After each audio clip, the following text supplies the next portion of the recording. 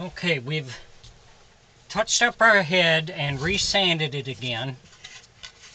So now we're ready to put our base coat on it.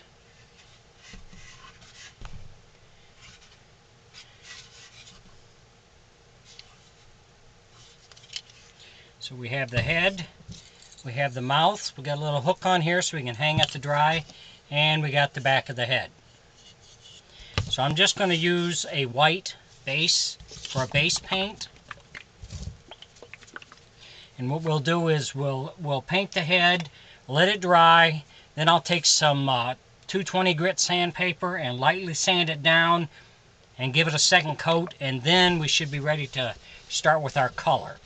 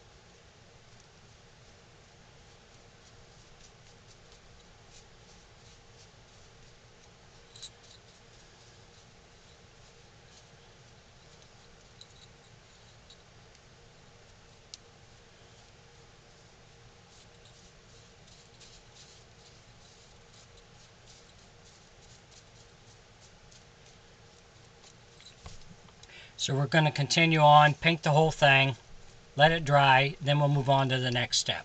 If you enjoy my videos, please like and subscribe on my YouTube page. I'd appreciate it. Thanks for watching.